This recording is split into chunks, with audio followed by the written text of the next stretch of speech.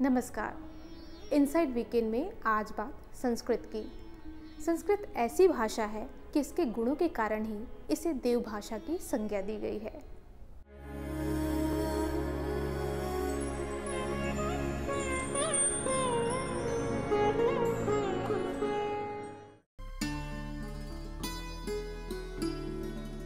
नदियां हमेशा से सभ्यता की वाहक रही हैं।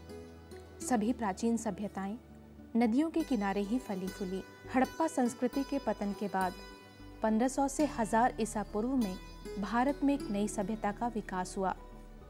ऋग्वेद की पहली ऋचाएं इसी दौरान रची गईं। इसलिए इस काल को वैदिक सभ्यता के नाम से जाना जाता है। चूंकि 1500 से 1000 ईसा पूर्व के दौरान वेदों की रचना हुई, ये माना जा सकता है कि संस्कृत का चलन इससे काफी पहले हो चुका होगा। वेदों में धर्मशास्त्र, दर्शन, ज्योतिष से लेकर गणित तक का जिक्र मिलता है। संस्कृत, सुसंस्कृत ऐसा बोलते हैं ना, बहुत ही सुधारित आवृत्ति होती है वो। लेकिन धीरे धीरे उसका कुछ लोगों का कहना है वो प्राकृत पहले आ गया, बाद में संस्कृत आ गया। कुछ लोग कहते हैं संस्कृत पहले आ गया, बाद में इसमें ऐसा चेंजेस वगैरह हो गए उसमें। ऐसा बोलने वाले भी है, तरह तरह की भाषा बोलते हैं, तरह तरह की बातें करते हैं। लेकिन कई भाषाएं भी आ गई, कई धर्म के लोग अलग अलग भाषाओं का प्रयोग करने लगे। जैन लोगों ने जब लिखा वो अर्धमागधी में लिखा उन्होंने। बौद्ध लोग तो पाली भाषा में बोलने लगे। उच्चार करते वक्त एक जगह से दूसरी जगह जाते वक्त भी थोड़ा सा उसमें व्यत्यास होने लगा, इसलिए उनको संभालना बहुत मुश्किल हो गया। कोई व्याकरण लिखने वाले उस वक्त आए नहीं आए तो कहना बड़ा मुश्किल है। पाणिनि के इसमें आ जाता है तो डमरू बजाने के बाद शिव जी एक तरह से अगस्त्य ऋषि बैठे थे, एक तरह पाणिनि बैठे थे, और उन्होंने अपने ढंग से शिव जी का डमरू का विचार विस्तार से उन्होंने कह दिया। व्याकरण निकले उसमें, ऐसा कुछ बोलते हैं। कहते हैं तब गुरु शिष्य परंपरा का चलन था और लिखने के बजाय स्मृति पर आधारित शिक्षा दी जाती थी। तब अर्थ या विश्लेषण पर नहीं बल्कि शब्द को महत्वपूर्ण माना जाता था। उसके शुद्ध उच्चारण पर जोर दिया जाता था।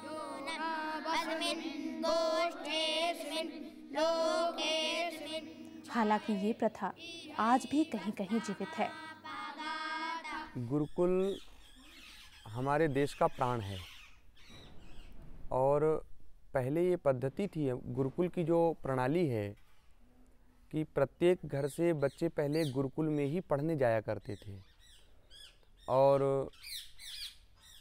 उसमें यज्ञोपवीत का विधान था, जनेऊ का विधान था। अभिवादनशीलस्य नित्यं वृद्धोपसेविनः चत्वारि तस्य वर्धन्ते आयुर्विद्या यशोबलम्। संस्कृत में ऐसे अनेक श्लोक मिलेंगे जो हमें व्यवहारिक शिक्षा देते हैं। हे पार्थ, इस मंत्र को सदैव याद रखो कि संसार में ज्ञान के समान पवित्र करने वाली न ही कोई वस्तु है और ना ही कोई तत्व। ज्ञान ही सर्वोत्तम है। अज्ञश्च अश्रद्धानश्च संशयात्मा विनश्यति नायम लोकोस्ति न परः न सुखम संशयात्मनः।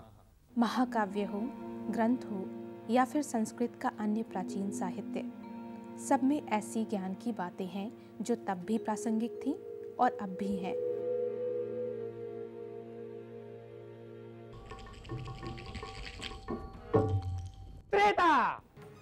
अगर नाटकों की ही बात करें तो भरत मुनि का नाट्यशास्त्र पहला ऐसा ग्रंथ है जिसमें नाट्य तकनीक और भाव भंगिमाओं का विस्तार से वर्णन मिलता है।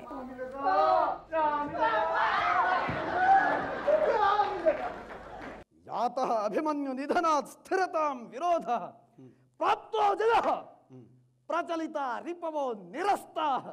रसों के बारे में भरत मुनि ने ही लिखा पहले, तो उसी भी अभी अधिकृत वाणी से बोलने वाला ग्रंथ वही है अभी भी। वो तो विभाव अनुभाव संचारी भाव संयोगाद रस निष्पत्ति ही, ऐसा लिखते हैं भरत मुनि। विभाव अनुभाव संचारी भाव, ये विभाव मनुष्य के मन में जो भरे हुए है कुछ कई भावनाएं आती है, कई भावनाएं उनके बैठे हुए हैं, अभी वो सुप्त रूप में बैठे रहते हैं। किसी वस्तु को देखते हैं, किसी संबंधित वस्तु को जब देखते हैं तब वो भावना जागृत हो जाती है।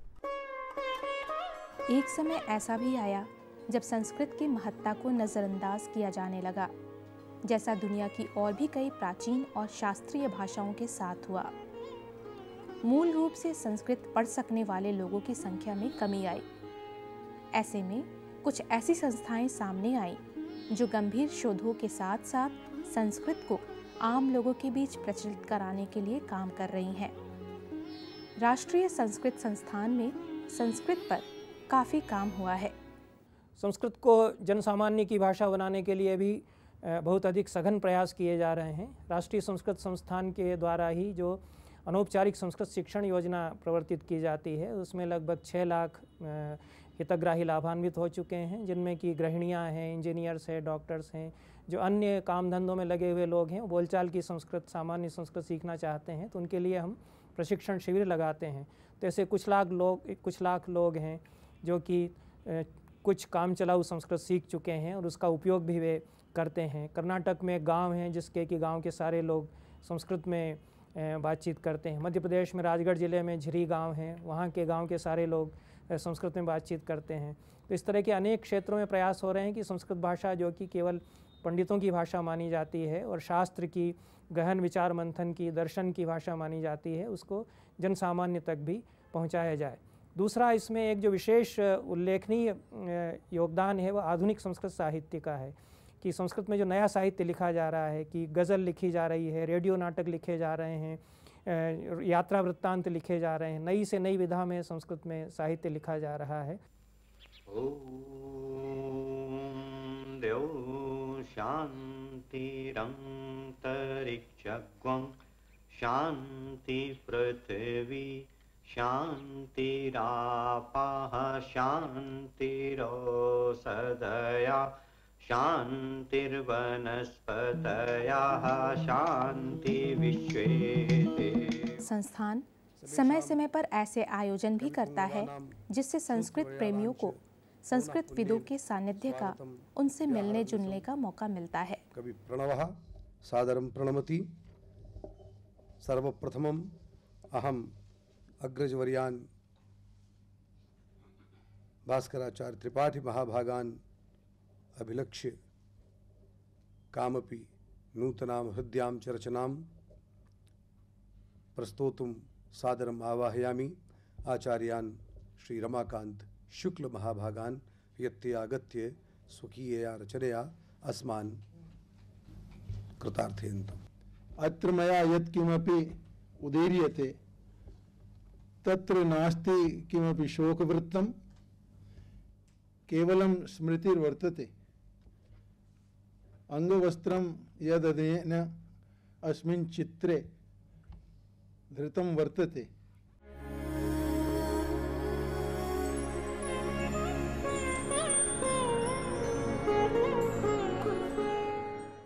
समय हो चुका है अल्प विराम का। इसके बाद जानेंगे कि संस्कृत कंप्यूटर के लिए सर्वोत्तम भाषा कैसे है। हाजिर होते हैं थोड़ी देर में। देखते रहिए लोकसभा टीवी।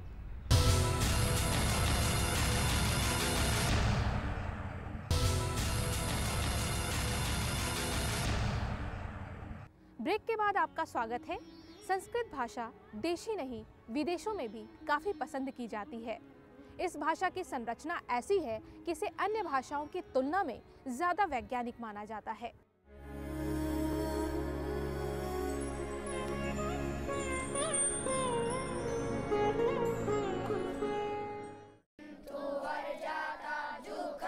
संस्कृत भाषा की संरचना ऐसी है कि इसका आसानी से विश्लेषण किया जा सकता है।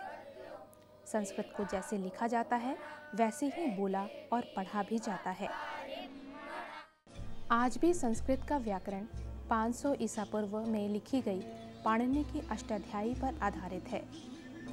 कथनों की परिशुद्धता और भाषाई धातुओं के संपूर्ण विश्लेषण के लिए अष्टाध्यायी का ही सहारा लिया जाता है। कई भाषाविदों ने माना है कि संस्कृत इतनी तार्किक है कि ये कंप्यूटर के इस्तेमाल के लिए सर्वश्रेष्ठ भाषा है। नासा के रिक ब्रिक्स ने इस पर काफ़ी शोध करने के बाद यह निष्कर्ष निकाला कि संस्कृत कंप्यूटर के लिए सर्वोत्तम भाषा है। तकनीक जगत में संस्कृत के योगदान पर कई दृष्टियों से विचार हो रहा है। एक तो बहुत बड़ा एक नया क्षेत्र जो इसमें अभी उद्घाटित हुआ है वह संगणकीय संस्कृत, उसको हम कहते हैं कंप्यूटेशनल संस्कृत। तो उसमें अमेरिका में नासा में बहुत बड़े वैज्ञानिक थे रिक ब्रिक, उन्होंने 1982 में ये घोषणा की कि कंप्यूटर के लिए सबसे उपादेय जो भाषा है वह संस्कृत हो सकती है। उस पर उन्होंने 2 अपने शोध पत्र भी प्रकाशित किए। तब से लगभग 30 वर्षों में संस्कृत और कंप्यूटर के संबंध को लेकर के एक विमर्श का सिलसिला जारी है और कंप्यूटर के लिए संस्कृत भाषा की जो दार्शनिक शब्दावली है, व्याकरण की शब्दावली है, उसका इस्तेमाल कैसे किया जा सकता है, इस पर कुछ केंद्रों में काम हो रहा है, जैसे IIIT हैदराबाद है, या विदेशों में भी काम हो रहा है। जिस प्रकार हम शब्द का उच्चारण करते हैं उसी प्रकार उसको लिखते हैं। तो लेखन में और उच्चारण में किसी प्रकार का कोई भेद नहीं है। तो ये पूरी वैज्ञानिक का प्रथम चरण तो यही है।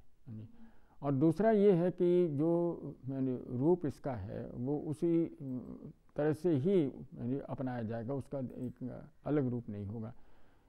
तो इसका एक स्वरूप अपना है भाषा का, वो स्वरूप स्थिर है।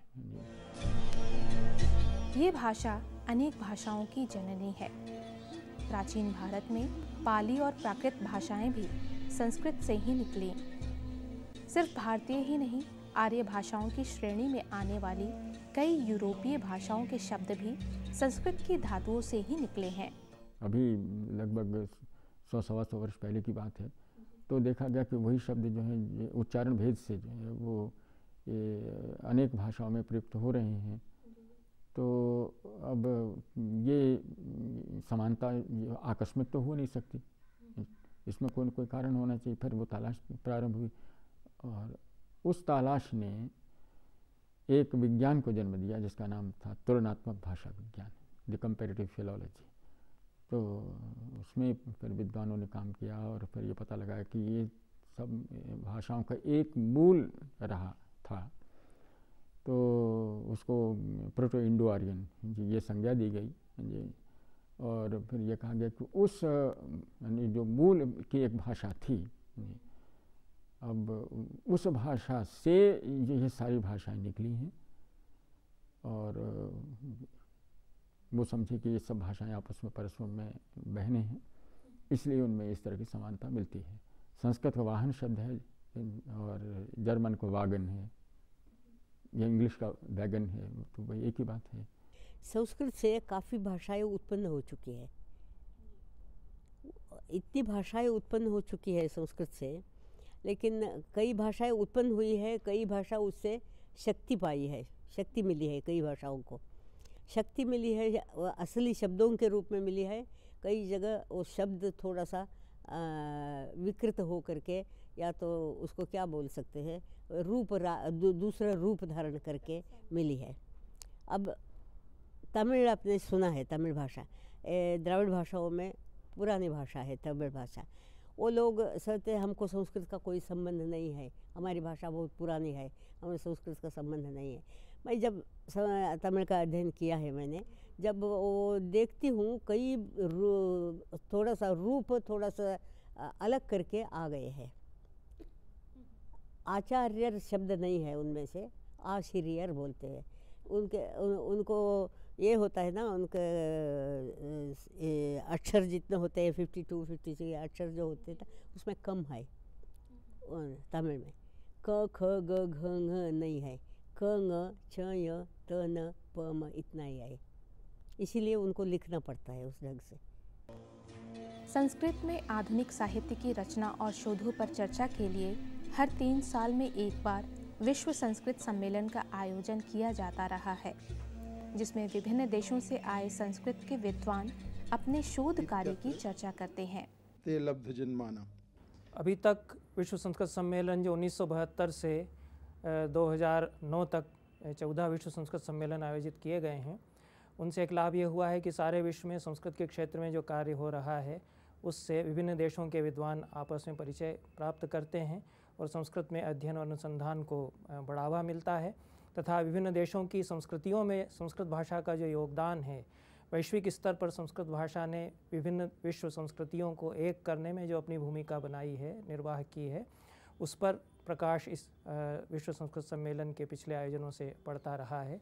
क्योंकि इस सम्मेलन में हम संस्कृत भाषा को केवल एक भाषा के रूप में ही नहीं बल्कि संस्कृति से जुड़े हुए जो अनेक विषय हैं, प्राचीन इतिहास है, कला है, दर्शन है, पुरातत्व है, इन सब में संस्कृत में जो कार्य हुआ है सारे विश्व में, उस सब पर विमर्श हम इसमें करते हैं।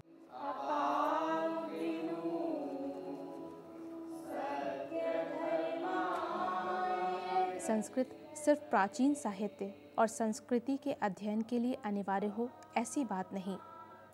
लैटिन और ग्रीक जैसी भाषाओं का जो हाल हुआ वो संस्कृत का नहीं हुआ। इस प्राचीन भाषा की एक पतली सी धारा आज भी जिंदा है। कालिदास को दांते और शेक्सपियर जैसे रचनाकारों की बराबरी का माना जाता है।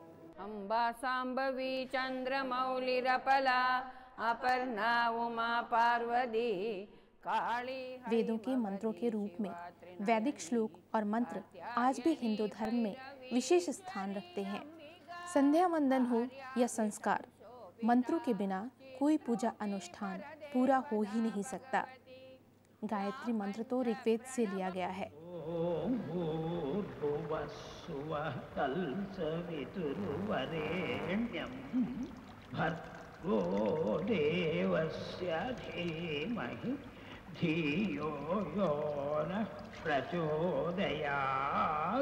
संस्कृत भाषा हर एक व्यक्ति के लिए जीवन जन्म से लेकर मरने तक उसका उपयोग होता है। बच्चा पैदा होता है तो भी संस्कार इत्यादि करते हैं। मैं अमेरिका में था, वहाँ भी विदेशी लोग भी संस्कार आदि के लिए बुलाते हैं। आजकल विदेशी लोग करवाते हैं यज्ञ इत्यादि। और अपने भारत में तो कोई भी गरीब ही हो, कितना भी गरीब होगा, अनपढ़ होगा, फिर पंडित जी को बुलाओ, भाई कुछ काम करना है। तो मरने तक तो इस संस्कृत का जीवन में डेली लाइफ में उपयोग होता है। ये सच का एक पहलू है। दूसरा पहलू ये भी है कि संस्कृत दूसरी भाषाओं की तुलना में कम लोकप्रिय है। संस्कृत में बनी फिल्मों पर अगर नज़र दौड़ाएं तो एक दो फिल्मों के बाद कुछ नज़र नहीं आता। पहली संस्कृत फिल्म आदि शंकराचार्य को सभी ने सराहा। फिल्म को अनेक पुरस्कार मिले। उसमें दर्शन को एक नए अंदाज में पेश किया गया था। लेकिन उसके बाद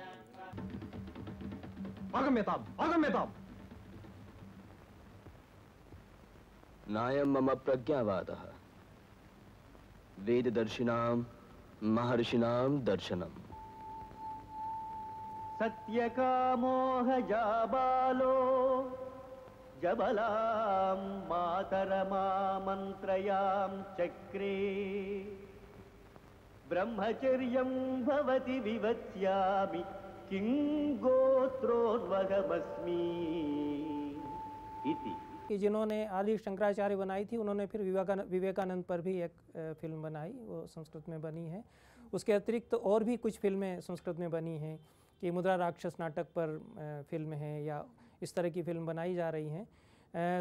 फिल्म निर्माण में चूँकि इस तरह की तकनीक और धन निवेश करना पड़ता है कि उसमें जो हम लोग शिक्षण संस्थाएं संस्कृत का कार्य कर रही हैं उनके लिए फिल्म बनाना सदैव संभव नहीं होता है। परंतु उससे मिलते जुलते जो माध्यम हैं कि ऑडियो वीडियो सामग्री है, उसके द्वारा हम उसी तरह की सामग्री प्रस्तुत कर रहे हैं जिससे कि आम जनता जिस तरह से फिल्म देख करके भाषा सीख सकती है, उस तरह से उनको देख करके आम जनता, विद्यार्थी, जो भी हितग्राही संस्कृत सीखना चाहते हैं वो संस्कृत सीख सकें। जैसे हमने पंचतंत्र की कहानियों पर एनिमेशन फिल्म बना के सीडी प्रस्तुत की है। इस तरह की बहुत सारी सीडी हैं, संस्कृत नाटकों की सीडी है। तो ये दृश्य श्रव्य सामग्री है, ये ज़्यादा सुलभ है क्योंकि सस्ते दामों में इसको कोई भी खरीद सकता है, घर पर बैठ करके देख सकता है। और यह भी उतनी ही रोचक है। इसमें नाटक हैं, कहानियाँ हैं, एनिमेशन के द्वारा भाषा सिखाई जा रही है, रोचक कहानियों के द्वारा। संस्कृत को देववाणी माना गया है और वैज्ञानिक भाषा भी। आज ज़रूरत आन पड़ी है कि संस्कृत की उस शैली को बचाया जाए जो हजारों वर्षों से अस्तित्व में है और अब उनकी लिखावट धूमिल पड़ने लगी है। इस धरोहर को मिटने नहीं दिया जा सकता। IGNCA में संस्कृत की सदियों पुरानी पांडुलिपियों को संरक्षित करने की परियोजना पर काम चल रहा है।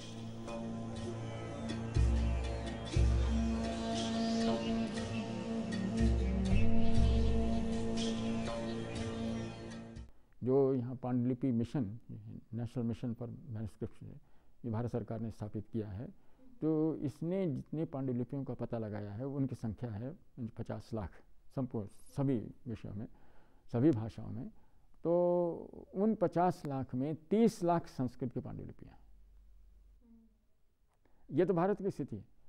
और लाखों की संख्या में पांडुलिपियाँ संस्कृत की भारत से बाहर हैं। जर्मनी में संस्कृत की इतनी पांडुलिपियाँ हैं, संस्कृत के इतने मैन्युस्क्रिप्ट्स हैं कि उनका कैटलॉग 17 वॉल्यूम्स में प्रकाशित हुआ है। यह बड़ा भारी विशाल वाङ्मय, ये इसका विराट स्वरूप है संस्कृत का, जो कि जनता को बतलाना बहुत आवश्यक है कि हमारे पास क्या विरासत है, क्या निधि है हमारे पास, इसको हम लिए में। तो इसलिए हम लोगों को तो अपना वो उस स्वरूप को देखना है। पश्चिमी योगमैश्वरम जैसे कहा था भगवान ने गीता में, उसी प्रकार से देखिए, अपना वैभव देखिए, हमारे पास है क्या। इस समय जो मिशन के पास पांडुलिपियाँ हैं वो कई शास्त्रीय परंपराओं से संबंधित हैं। कुछ आयुर्वेद की भी मैन्युस्क्रिप्ट हैं, साहित्य के भी हैं, वेद की भी हैं। अलग अलग विषयों में संस्कृत साहित्य की एक बड़ी विशाल परंपरा है। प्रायः सभी विधाएं जो हैं इस शास्त्र में आकर के एक हो जाती हैं। तो इसलिए पांडुलिपियाँ भी जो हैं वो प्रायः जो है सभी शास्त्रों से संबंधित है।